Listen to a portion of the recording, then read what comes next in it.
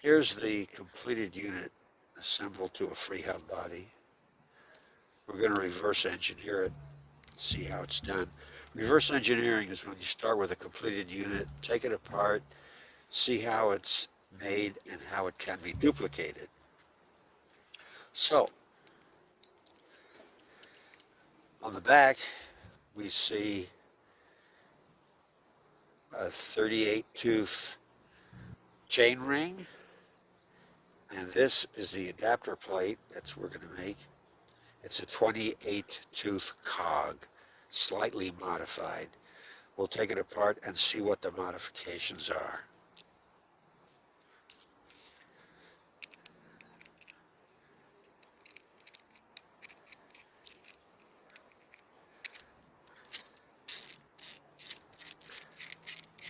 Okay, we take off the lock ring. Now this is what I make up as a dummy first cog. Since the first cog is too small for my purposes, 10, 11 teeth, I grind off the teeth and retain it as a dummy first cog with the knurling necessary to lock it down. Whatever spacer is necessary to locate the lock ring properly. And this will be a 4-speed for my purposes. Taking off the small cog, its spacer, another spacer, and a 32 tooth cog. Now you can't go any lower for this position cog because it has to clear these bolts. These bolts are button head. These bolts are button head spacers. Button head stainless steel 8mm bolts. Now we can lift the chain ring unit and the adapter plate off the hub body. So we'll take apart the 8mm by 16 stainless steel button head bolts to see what modifications have to be made to the 28 tooth cog to allow it to be bolted up to the chain ring. Okay.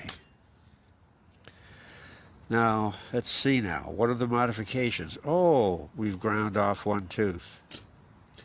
That's it. That's the only modification you have to make. You grind off one tooth, and then you bolt it up to the chain ring with 3 button head 8mm screws.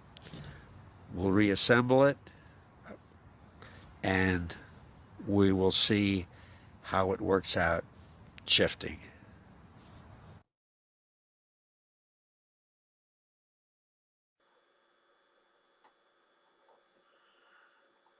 Okay, so it looks like it's shifting just fine.